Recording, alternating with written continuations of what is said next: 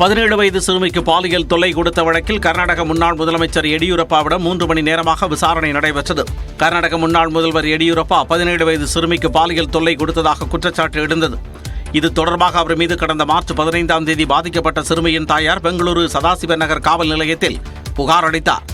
இந்த புகாரின் அடிப்படையில் எடியூரப்பா மீது போக்சோ சட்டத்தின் கீழ் வழக்கு பதிவு செய்யப்பட்டு விசாரணை நடைபெற்று வருகிறது.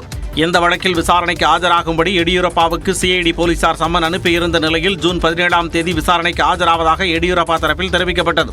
அதன்படி பெங்களூருவில் சிஐடி அதிகாரிகள் முன்பு எடியூரப்பா காலை 11 மணி அளவில் ஆஜரானார்.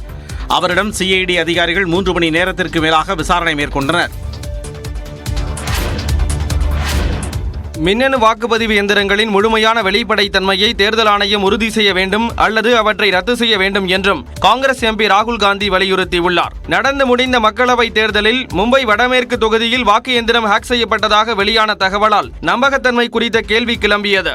ஆனால் மின்னணு வாக்கு எந்திரங்களை ஹேக் செய்ய முடியாது என்று தேர்தல் ஆணையமும் மத்திய அரசும் விளக்கம் அளித்தன. மின்னணு வாக்குப்பதிவு எந்திரங்கள் மனிதர்கள் அல்லது ஏஐயால் ஹேக் செய்யப்படுவதற்கான ஆபத்து அதிகமாக உள்ளதாக டெஸ்லா சிஇஓ எலான் மஸ்க் கூறியிருந்தார். அவரது பதிவிற்கு பதிலளித்த முன்னாள் மத்திய அமைச்சர் ராஜீவ் சந்திரசேகர், இணைய இணைப்புள்ள எந்திரங்களில் மட்டுமே அது சாத்தியம் என்றும் இந்தியாவில் உள்ளவை எந்த ஒரு நெட்வொர்க்குடனும் இணைக்கப்படாதவை என்றும் பதிலளித்திருந்தார். இந்நிலையில் இதுகுறித்து தனது எக்ஸல பக்கத்தில் பதிவிட்டுள்ள ராகுல் காந்தி, இந்தியாவில் வாக்கு எந்திரங்கள் ஆய்வு செய்ய முடியாத கருப்பு பெட்டி என்று விமர்சித்துள்ளார். வெளிப்படையான தேர்தல் நடைமுறை மட்டுமே மக்களுக்கான பாதுகாப்பு வளையம் என்றும் அவர் குறிப்பிட்டுள்ளார்.